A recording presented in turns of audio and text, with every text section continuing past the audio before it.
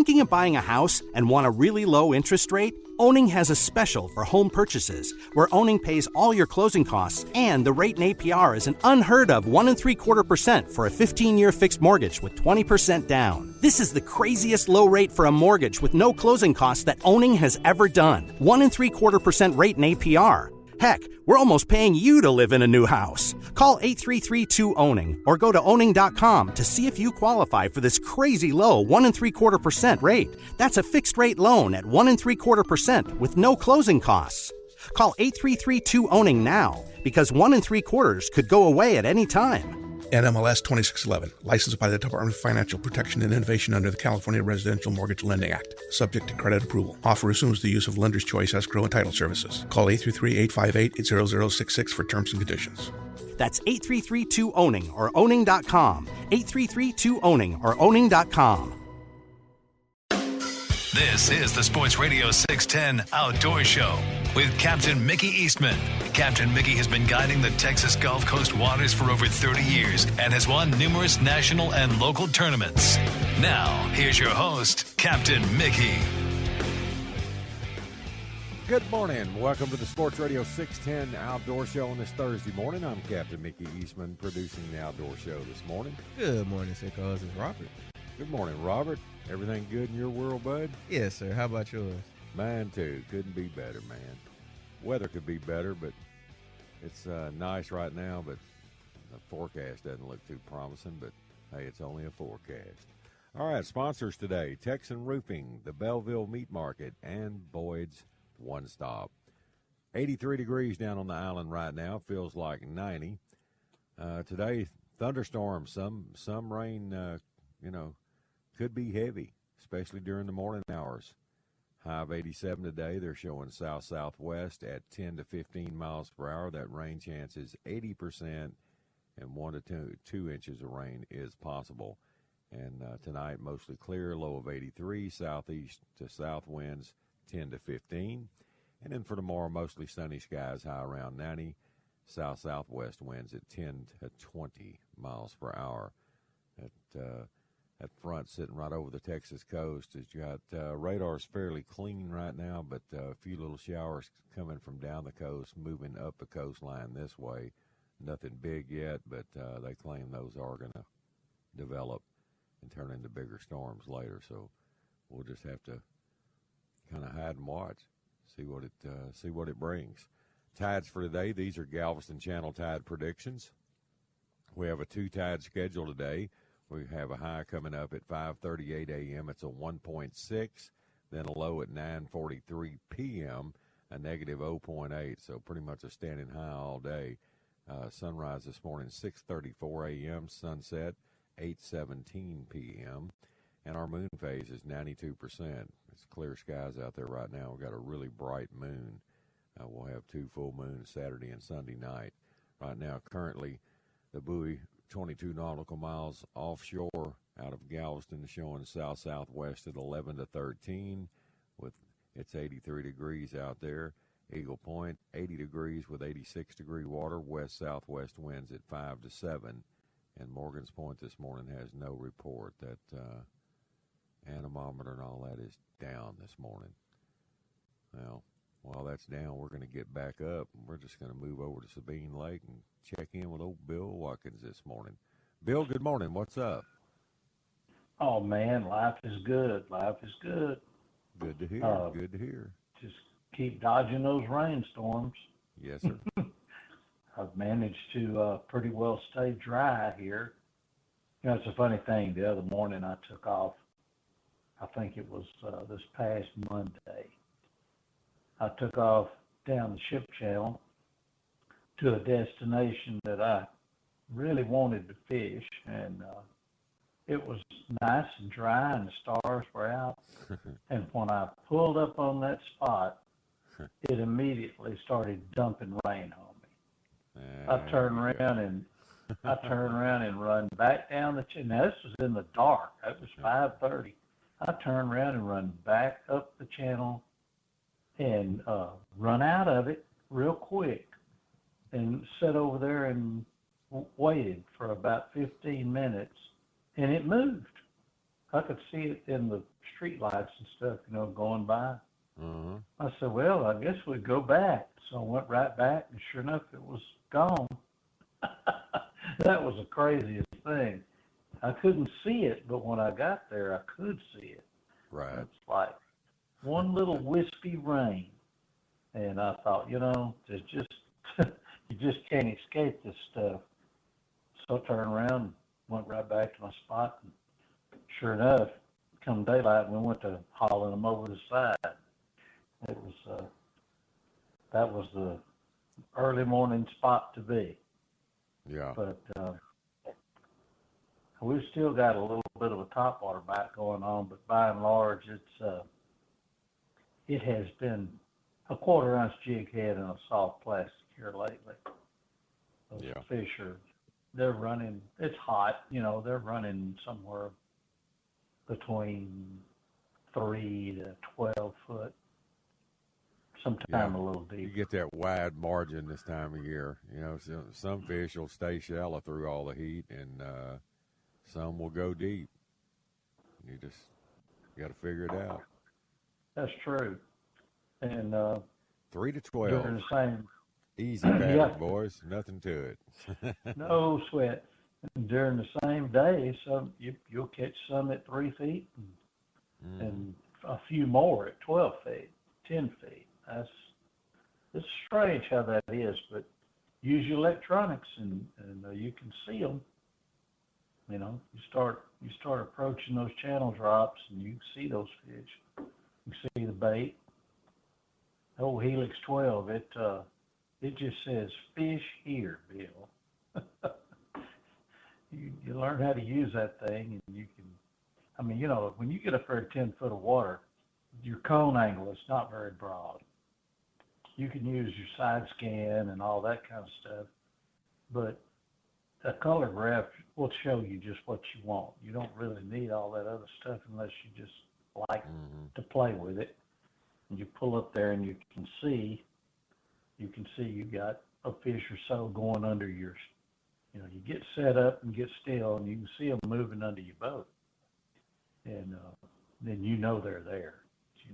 You can tell that you've got bait coming by occasionally and you've got fish, and you're pretty well assured you're going to get bit there. You just got to probe around and find out what area they're laying on the ledges and so forth. It's pretty neat. We still got a little bit off. Fish it out, man. See what they want. They may. That's right. Once you establish the depth, then you got, retrieve or, whether they want a lot of action or not. Just kind of, the drill. Just there's a lot of trial and error in that. Yeah, a lot of variables. Yeah, it is, and but one thing for sure, if you get much saltier, we're having trouble with sharks eating 18-inch trout off our hook. Yeah, sharks are getting bad. The bull sharks have invaded the bays. There's no doubt about it. I'm seeing a lot of pictures of guys, old broadback, gray men. I'm pretty sure that's what we've got. I haven't got a real good look at one of them yet. I've seen them, but I couldn't quite tell that much about them. Maybe could have been a black tip or two, but I'm thinking the bull sharks. Mm-hmm. That's pretty much what I'm seeing. Well, they're not affected by the fresh water whatsoever. They can completely change their, whole system to just switch over to pure fresh water and swim around and eat everything in it that swims by. Once they move in, I know they like to stay. As long as there's fish and bait there, they're gonna hang in. Oh yeah. I've had to confront them in 2 or 3 spots. I've had to confront them every time I turn around. Every morning they'll move in on you. You hook a trout in 12 foot of water and he comes straight to the top and will not go back down. There's a reason for that. Those old sharkies down there looking at him. Who you want? What he's facing on that hook is not near as bad as what he's facing down under the water. Right. And that's frustrating when you get a really nice 18, 17-inch trout and it gets bit off behind the head, and all you get is the head. But I've had several of those here lately. It's almost like every day we're having one or two eaten. Almost makes you want to go fish a different place, but they're not everywhere. No, They're the fish aren't everywhere, and the sharks are always where the fish are. We've had there's several places on north up the channel that the sharks haven't showed up yet. Of course, I figure it's just a matter of time till they get there. It's not even August yet, but they'll be there. That's where they go, especially river mouths. Those bulls love those drains, the river mouth areas, and they sure do. They got that gives them plenty of something to eat and perfect place to hide out. Oh, there's so many ambush points for them, drop-offs and stuff like that. Yeah, they've been on the jetties too. I'm hearing people tell me about that. I haven't fished the jetties in the last couple of weeks, but I've got guys going out there that tell me about it. And the sharks, they get around out there too. So. Those bigger bulls, those 6-footers and up, the big boys, they like those big redfish and big trout. You sure do. They can handle anything they can get their mouth on. Sure they can. Bite it off like a razor blade, like a sharp, hot knife going through butter. That's right. They don't care if redfish has got scales big as a guitar pick or not. They're going to eat them. Looks like a bass eating a minnow. They just suck it on down, buddy. Yeah. And that could be your leg or your hand. That's what makes you nervous wade fishing is when they get real aggressive on the shoreline you're wading and they're all around you and they're not afraid of you. And you always think twice about reaching down and grabbing a trout. I don't use a net. I never have, never will. It's kind of like Captain Quinn. He said he'd never put on another life jacket. I'll never use a wading net, but sure would like to have one when you're grabbing fish. You always have that fear when you reach down to grab one around the shoulders, your hands going with that fish when that shark cuts it off. Yeah. Because they're precision biters. They know. I mean, they come up out of nowhere and they'll saw that trout off behind the head, just bingo, just like that. Just like a trout jumping on a topwater. Not much difference. Yeah. Makes you think twice there, bud. I've had them eat fish off the end of my line just before I reach for them, too. Oh, yeah. All that's rather disconcerting. When I was young, I thought I was big enough to handle it. Not too sure anymore. I realize how powerful those things are. I don't remember if it was during all this freshwater stuff, which has been within the last 7 years. I was way down the channel, and I was on some really stud fish back when we had a lot of good trout. And I had old Mud Minnow George and John and Raphael and them, and they fished with me all the time. And we were catching some really good ones. And I had about a 7-pounder right up to the boat. And I'm fixing to grab the net so I can scoop him up. And when I reached back to get the net, this bull shark, I mean a big one, came out of nowhere. He threw water all over all of us, hit the side of the boat, swallowed that trout, and almost spooled all my line off my reel. He took the whole thing. He didn't just cut it off behind the head. He swallowed the whole thing and just started, rip and drag. I'm going, Lord. He got the whole thing. Oh, he almost came in the boat. I mean, I walked that fish back to the back around the transom and then had him up the side on the port side, and he took it all. I thought he was coming in the boat with us. Let me get this break in right quick and come back to you, Bill. Hang with me, man. Well, folks, Texan Roofing, they're the people I trust. And Texan Roofing, they cover Houston and surrounding areas.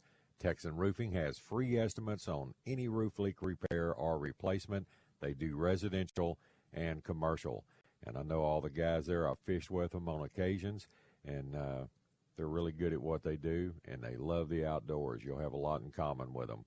Give them a call That's Texan Roofing. They have the Better Business Bureau A-plus rating with no complaints ever. They're certified as a GAF Master Elite shingle applicator, so they can offer their customers the best material warranties available and, most importantly, a 25-year leak-free warranty. Along with their honest roof inspections, they treat their customers like family with A-plus installers and A-plus management. These are reasons to call Texan Roofing at 281-391-9600. That's 281-391-9600 or TexanRoofing.com. That's Texan Roofing. Experience you can trust. Well, if you want to hunt and fish in Texas, you better listen to the Outdoor Show. Captain Mickey will tell you where to go and what to throw. I'm looking for the air freshener, James. It's up there, Steve. Hey, that wasn't me. Hey, don't wait. He's spraying my Biotene Dry Mouth Moisturizing Spray. I thought that was hand spray. No. Oh, how much of that hand sanitizer are you going to put on today? It's fun. He's spraying my Biotene on his hands. What's Biotene what he was do? spraying Well, over it's there? a dry mouth moisturizing spray. Big Lake to Matagorda and some places in between. Fayette County, Buckhannon, and Big Sam to Little Bend, Lake Livingston and Conroe. If you wanna hunt and fish in Texas, you better listen to the Outdoor Show. Like if I run out of coffee and I have to keep talking and talking, I can give her a little shot down the pipe. Well, what is this? Glass cleaner? No, that's hand cleaner too. Let's see. Well, but I don't like this. I bought that at a convenience store, and it smells good when you first put it on, but Then it boy, goes bad? it's like dead bait on the bottom after it dries, man. It's not Well, I good at all. thought he was trying to find some air freshener because something happened over there. Good morning. Welcome back to the Sports Radio 610 Outdoor Show, 421 here in the Bayou City. Let's go back and talk some more with Captain Bill Watkins. We were discussing shark attacks on fish. Are you there, Yeah, Bill? they do. They do, buddy. They attack when they get ready and they eat what they want.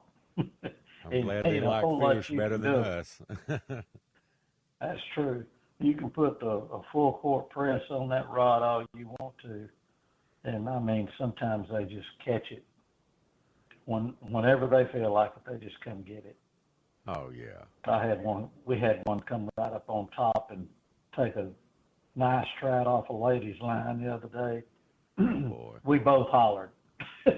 He come right to the side of the boat and we both jumped straight up in there and went backwards.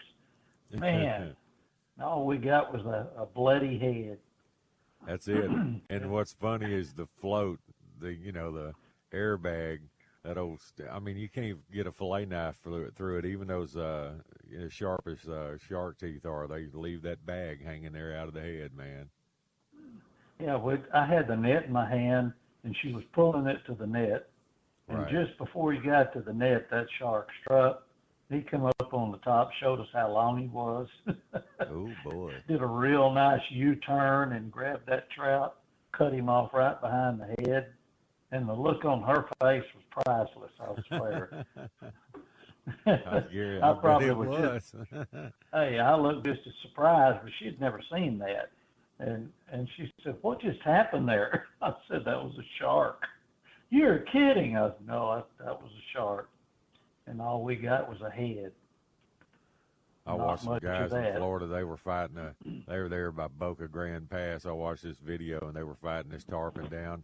And the tarpon's trying to hide by the motors in the back of the boat, and he's trying. The tarpon ended up just launching and just jumping in the back of the boat. Said, "Here, take me. I'd rather y'all have me than this hammerhead that's on my butt." They'll definitely get out of the water. We had a big one living up at the river mouth in Trinity Bay one summer. Bobby Campbell saw it first. He told me and Blaine about it and said, "Hey, man, there is a giant shark up there on those herds of drum." We had a lot of that drummer boy action going on back in those days with piles of reds and everything, schooling in the afternoons up there. And I don't know, about a week or two later, I was up there and we were working slicks off the edge of those drum boils and catching some really nice trout and redfish out of them. You know, you didn't want to get in the mud and get on the drum slicks and all that. It just turned into mud slicks. Hey, that shark showed up that afternoon, and 30 and 40 and 50-pound drum were jumping out of the water like mullet, trying to get away from that shark. I'd never seen it. Was just shocking. You know, you're going, man, I've never seen a drum jump out of the water like that. And then I saw that big giant fin come up. Well, what kind do you think that was? Bobby said he thought it was a tiger, and I'd never seen a tiger shark that far back in Trinity Bay, but it was one of those exceptionally salty years, you know, and we had just tons of life in the water, you know, from all those herds of drum and reds and trout with, you know, lots of shad and mullet. It was, you know, it looked like Sea-Rama back there. But it was big. Yeah. I didn't see the fish itself. All I saw was the tail fin and the dorsal fin, and it was huge, and they were a long ways apart. I mean, you could tell it was a fish like in the, you know, 9 to 11 foot range. It was huge. It was big. Made me not want to wade that riverbank for a while. I can tell you that sandbar. Oh golly, yeah, because that rascal could eat you and just nose. I mean, you wouldn't have a chance. It just could pick you off. No legs left. Yeah, when one that big gets up, you know, in the upper reaches of somewhere, and you start seeing him. I mean, I saw one on the river bar at the Natchez River, right at the mouth, and it was swimming between the wave fishermen, and none of them actually saw it. They were scattered around out there. If they'd have seen it, they would have reacted. I promise you. They would have got out of the water because that fin come up, and like I say, his tail fin and his back fin were so far apart that they were like moving in different directions. And I'm like, my God, that's got to be about a 10-foot or better shark. And he's just easing along, crossing that bar. And when he got across the bar and into the channel, he just disappeared. But they're right there by that big-time deep water access, and then it shallows up like that. That one bar that used to be up there that was out kind of out in the middle of the bay, in the middle of nowhere. Right. Raz and Pete and I were wading that one evening. We used to like to go over there in the afternoons and wade till dark and use topwaters. And I had one. Well, we were working these bait balls. You could see these shad. They'd come out of the channel, and they'd come across that bar, and when they would, there would be a big school of big trout with them. And you'd throw to it with your topwaters, and you'd catch 4 or 5, and then they'd go away.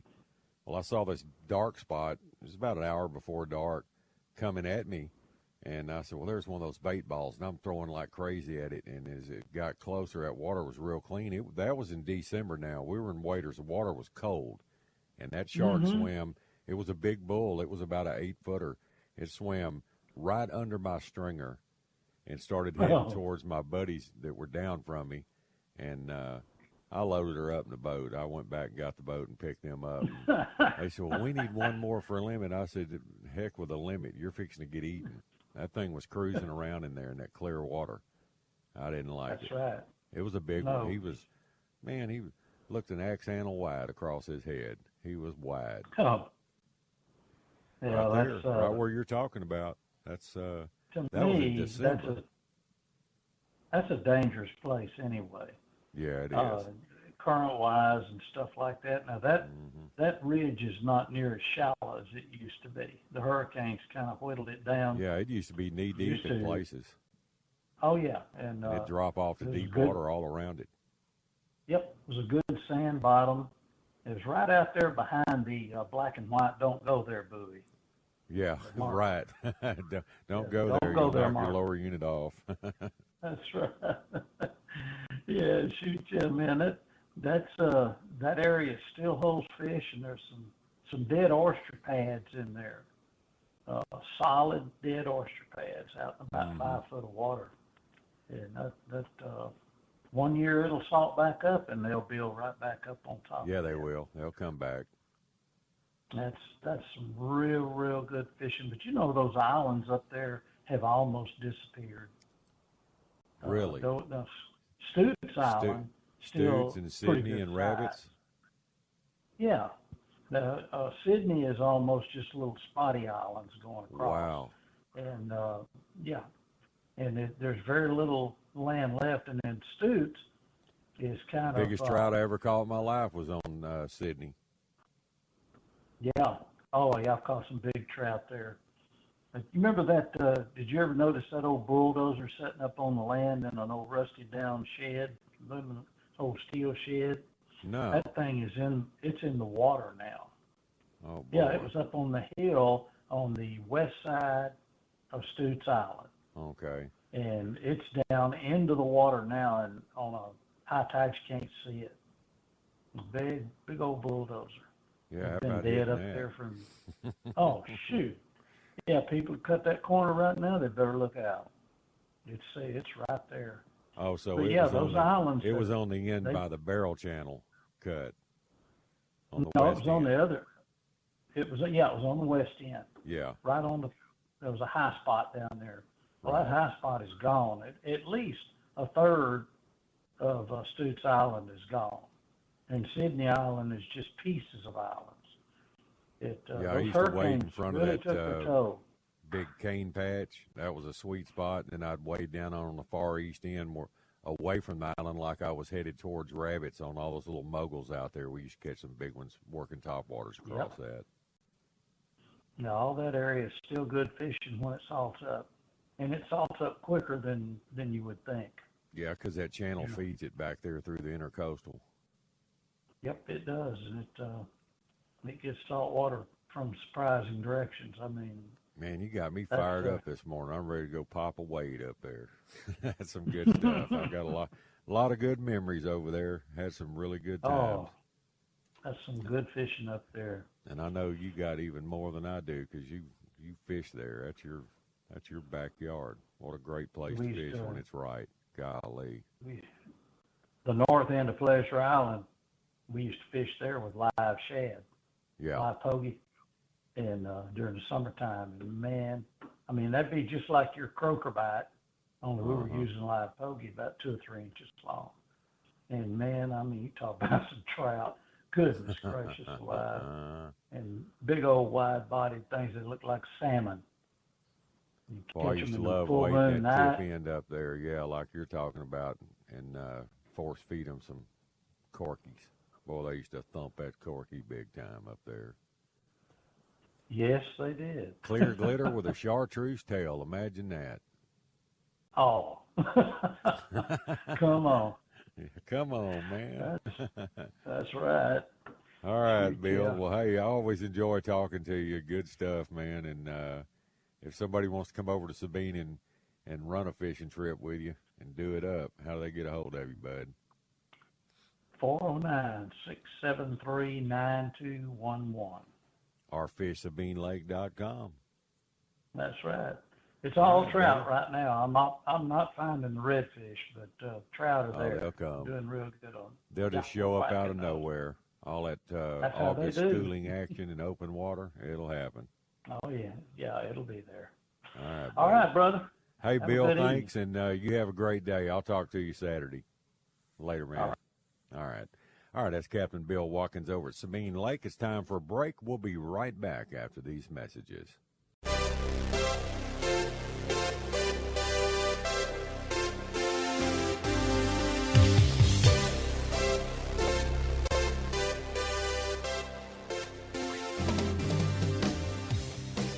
Good morning. Welcome back to the Sports Radio 610 Outdoor Show. 435 in the Bayou City. Let's run up to Lake Conroe now and check in with the fish dude, old Richard Tosh, see what he's up to. Richard, what's going on, rascal? Not a lot. Just sitting here cleaning the boat and looking at all these dang little bitty minnows or shad or whatever they are swimming next to the boat. Boy, how about that bright moon this morning? It's pretty, isn't it? Now, I'll tell you what, it was. Then it went behind the clouds. Oh, you got some cloud cover showing up? That's the weirdest thing. It was up just fine just about 30 minutes ago, and then all of a sudden, there's some little clouds just to the north, and it kind of rolled right into them. And I mean, I got clear skies directly above me, but just a little bit to the north and west, there's some cloud cover, so it kind of dipped down into those for a minute. Yeah, you're looking okay on rain this morning. I'm looking at all the showers. They're just feeding right up the coastline, moving northeast right along the coast, along that stalled front. But nothing big. Most of the stuff's down around Corpus and Rockport and Bay City and Port Lavaca and moving this way. Like they need any more. Yeah, they're kind of petering out as they get this way, but they claim that Galveston's going to get 1 to 2 inches a day. Going to get a build up this morning. We'll just have to watch and see, man. It's early. Yeah, well, up here, like yesterday, we got a little bit in the afternoon, and that was about it. Late afternoon, probably about 6 o'clock or so. Yeah, that was probably what was left over. That big one that built up west of me and moved into the Houston area, moving up your way, traveling north. That thing got huge there for a while. I know it did. It was popping some dang lightning. I know that. Buddy. That's one thing I like. Anybody gets out here on the water with me knows that if it's gonna rain, that's fine. If there's lightning and stuff, no, we ain't going. I don't care about fishing in the rain, sleet, anything else. No. But good night, you start popping them big lightning bolts. We're hiding. We might be out here and just kind of get caught up in it, but we're gonna hide from it because I ain't sitting out in it. And a good story to kind of tell you. One day I was coming under 1097 Bridge, and we were way down south, and these storms were moving in from the north and west. And I really wasn't paying attention. We was catching hybrids down there, and it was, I think it was an afternoon deal evening. And then we were coming, I said, I got to looking at my radar, and because I saw some clouds building, and I said, something ain't right. So I looked at it, and I said, we got to head back north. And they go, what's the matter? I said, there's some storms moving in, and we ain't going to want to be nowhere near them when they hit. And so, all right, we had a fistful of fish already anyway. We started heading back up. And as soon as I got to the 1097 bridge from the south side, you got to idle under the bridge and everything. So I slow down, and as I'm looking and I'm slowing down, I can see lightning bolts and hear them popping and hitting trees on each shoreline where we're headed. And from the bridge to Stowaway is 2.5 miles by water. And I can see these lightning bolts popping, and I'm thinking in my head, I think we can slip between them. And as soon as I went under the bridge, my steering wheel shocked me. I said, nope. There was a boat dock, and it's still over there, right on the east side of the lake on 1097 bridge. Got a big orange roof. We pulled over on that thing, tied up. I said, y'all get out. They said, what's the matter? I said, we ain't going. That lightning's popping too hard. Well, Marina's right there. I said, I don't care. My steering wheel just shocked me, and that's not natural. We're getting out right here. Electricity, baby. You got it. Yeah, get out of there. I guarantee you, we pulled over under that dock, and we sat there about 30, 45 minutes. It blew on through. So, that's the best thing. Get out of there and wait on it. Yeah, you can always go back, You can always go back as long as you ain't got hit by one of them bolts. But you sit out there and be a knucklehead. It's like out there, the very first time I got in that static electricity like that was crappie fishing. And that is some of the most amazing things to see. You don't want to see it, but it's amazing to see. I think back then I was throwing 6 and 8 pound test line, right? Yeah. And I'm throwing probably an 1/8 ounce crappie jig, a little Bass Assassin crappie jig. And I throw that thing out there, and it hits the water. And as it, I'm throwing full cast, that's probably, say, 60 feet. I'll throw it out there, and it hits the water, and then all of a sudden my line starts going up in the air, and my jig starts skiing on top of the water back to me. It won't go down. It won't go down. And I see this big up in there. I've done that before too, man. Man, I go, what in the heck is that? And I jerk that line down, and it goes right back up. And I did it again, and I realized, I thinking something was weird, and I threw it back out, and it did the same thing. Then I clicked, and I started hearing my rods start crackling and popping. I said, "Oh no, we got to go." Yeah, singing, talking to you, man. Them graphite rods, they'll play music when that static gets bad, buddy. I guarantee you they will, and you'll be wondering, what is that noise? And it's your rods crackling and popping. That static electricity, I guarantee you it'll get them. I mean, when they say lightning rod, it sure enough is. It's like attracting them, and you can hear it. I mean, that's what's so strange about it. So, yeah, always take shelter under a dock. I mean, good night. There's another one. I mean, I hate to tell you about all these bad deals where I had to run hide, but there was another one. I picked these fellas up over at Bentwater over there, and we were sitting on the dock waiting on the storm to blow through, right? And it was about, I think I got over about 6:30, 6:45, something like that, waiting on them, and they all sitting there, and we're kind of sitting there talking, and I said, well, these storms are here, but they'll be out here in about an hour or so. I sat there and kept watching the radar.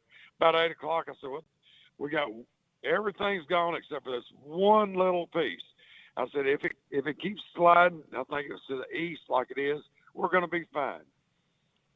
But if it moves just slightly to the west, we're in a bind. I said, but I think we can go.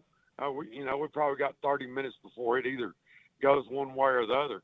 So we jumped in the boat, ran north, and we were bulkhead catfishing at the time, so it was in the spring. And we were going along this bulkhead, and it was kind of hidden from where that storm was coming from. And I was going behind that point, and just as soon as I popped out, I looked up and I seen some clouds, and I said, that. I told myself, that's that storm that I didn't want to see come our way. And I told them, I said, y'all put your stuff up, let's go, we got to go quick. And we were over in Weir's Creek, and there you got Corinthian Point just on the other side of the creek, which is about 300 yards. They said, what's wrong? I said, that storm is coming, and we got to go. It's got a lot of lightning in it. And we jumped in the boat. I mean, we were already in the boat. We jumped across the creek real quick, and then went over to Corinthian Point's dock and just jumped under there for safe haven, right? And just pulled the boat in one of the empty slips, tied up. I told them, y'all just get out of the boat just for safe measure. So they got out and stood on the dock. And, I mean, the first one stepped foot on the... Boy. Did he just go away quick or what? He never does that. Well, I'm sure it was not a lightning strike. There you are. You're back now. I mean, you just went dead for like 5 seconds. Oh, really? Yeah. Oh, I mean, good night. Well, anyway, that lightning bolt, as soon as he set foot on that dock, that lightning bolt hit a tree about 50 yards from us. And, I mean, it went boom real loud. And you talk about jump. Everybody in that dang boat jumped. And then all of a sudden we started getting, like within a 100-yard radius, there was at least 4 lightning bolts that hit trees. Boy. And we're out there on that water like that. Like I say, you take cover when you got to. You get out there, sure. No matter where it's at. If you've got an open spot where you can get, and you're in a storm like that, find the closest place to get. Most people, if you're in a situation where it's life-threatening, they're not going to care if you take cover under their dock. No, and don't get under a tree. No, do not get under Stay a tree. away from trees. I promise you, that's where it's gonna hit. Over here, around the lake's edge here, kind of like over at Rayburn. Rayburn's got them big 100-foot pine trees. Over here, they're only about 80-footers, but they're gonna hit them. And when they hit, it makes a big boom. Now, I guarantee you. And it chunks splinters and bark everywhere too. Because when you're sitting under a dock watching it happen right there in front of you, and having to hold your ears because it's making so much racket, and that big light ball that comes off the end of it ain't nothing nice. That's blinding, literally. Yeah. I mean, good night. But them dang old catfish are still doing pretty dang good. I see that. I mean, good. Still getting them. I know. I want to try them hybrids a little bit because it's cooled off down here this morning. I think it's 73 a while ago when I was looking at the temperature in the trunk. And, yeah, it's 80 it just here feels on different. the coast. But it's, what was it, Monday morning? Or no, it was Tuesday morning. It felt like fall in the air a little bit. That felt so good with that north wind. It did, didn't it? How about that, Oh, good man? night. In July. Man, that was awesome. I love it. I love it. And pretty cool. Tuesday I was bass fishing a lot. So I've been every year trying to get something different that I play with, right? Mm. And basically it's learn that lure or whatever. This year it's a drop shot. One of the things I just don't like doing at all, that's slow fishing. But I've been using that Bass Assassin little little tapper on. I've been trying that bait on tapper. everything. Yep, that's a good that bait. Thing, man, that thing catches everything. Yeah, it does. Catches trout too. I know. I've been using it on jig heads. I've been using it on that little drop shot and stuff.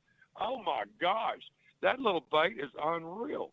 The other day, Tuesday, I was sitting out there, kind of practicing for the bass, and I've been chunking crankbaits at these brush piles and stuff, and not really doing any good. So I throw that dang little tapper over there on a drop shot. Boom, catch one. And I said, well, dang, that'll work. And it's not a big giant bass, but it's a nice bass. And I get to looking, the way I've got my transducer set up, I've got one on my trolling motor so I can read the bow of the boat. And then I've got the side imaging and down scan on the back so I can read the back of the boat at the same time. Well, I'm up at the front, and I'm looking at this brush pile on my side imaging on the back of the boat, and right under the front, I see a couple of fish. I see the arches down there, and right. It's about 15 foot. And I said, dang. And I just kind of chunked it out there, and just right in front, and let it drop straight down in front of my trolling motor. As soon as it hit the bottom, I raised up on it. Dang, there's one. Pulled him out. It's a dang 2-pound crappie. I caught about 3. I'm telling you, got about 3 2-pound crappie on that dang thing. And then I'm catching bass. I mean, bass at the same time. I'm telling you, I've been, like I say, I've been practicing with all these different. Like one year it'd be like a bladed jig or something, This year it just happens to be that drop shot. Well, I got to run. I'm out of time, my friend. And if somebody wants to call you and come up, give them some info, bud. Well, Mickey, anyone can get in touch with me at 936-661-7920. You can find me on Facebook. Just check out the Fish Dudes Guide Service. You can email me at admin@fishdudetx.com or just check out the webpage, fishdudetx.com. All right, Richard, have a good day, and I'll talk to you later on the weekend, bud. Yeah, you didn't get to talk too much today, did you? No, not really, but that's all right. I'm used to it. No, that's good. We'll see you, buddy. All right, later, man. All right, that's Richard Totch up on Lake Conroe. All right, let's go to Charlie P. down in Matagorda. Charlie. Good morning. What's up, bud? Well, laying low today. Couldn't get nobody to go. Laying low. Well. Yep, could have walked them right back into them, and no takers. No takers. Yeah. Well, if I didn't have this going on this morning, I'd be heading your way. I'd go with you. I'll cut a wade with you, Charlie. Yeah, I know you would. I guarantee you. We hadn't done that in a long time. I'm longing for it.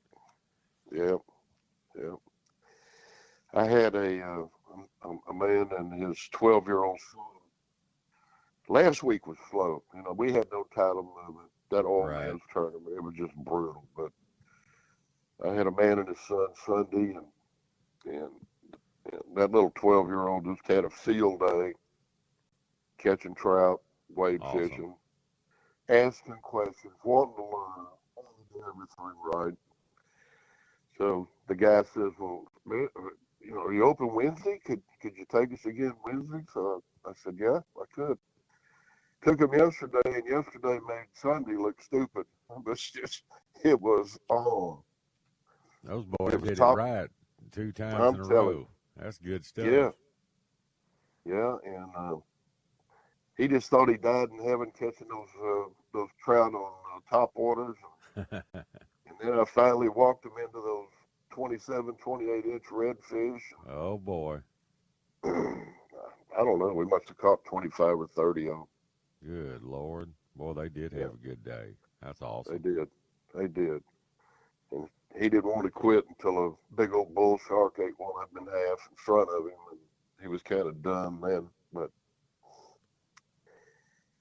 it's been good. That'll do it. That'll put a bad taste in your mouth right there. When they start eating redfish, that's time to go. Yeah. We're on the upswing of the full moon, and these fish are supposed to be eaten now. So.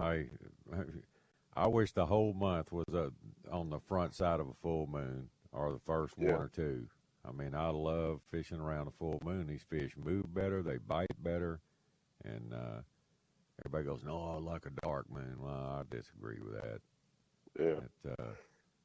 I look at all the great catches I've had over the years, and especially on big trout, And man, that week before the full moon is man, it just gets better every day, all the way up to the first full moon.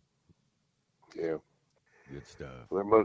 There must be a big redfish tournament this weekend out of Puerto Rico, because there was about 6 tower boats running around yesterday, but not that many people fishing. A couple of the guys went to the surf and caught them. I think I talked to Dwayne yesterday. He said he caught about 50 in the surf in Port Connor on top waters. And a couple of boys went east, and they got the trout and the reds out there too. So yeah, they're just eating with this upswing of this full moon. It's the right time to fish. Yes, it is. You know? Yeah, I see where I saw a post where the emergency sea trout regulations, they're going to extend them another 60 days on July 30th for, where they're at now in the lower Laguna. And they were showing some of their surveys that San Antonio Bay, their trout decline, their populations they're down 40% for this time of year in San Antonio Bay. So that's pretty significant. Yes, it is. Very significant. That's a lot of fish. It's significant in our area too. Yeah.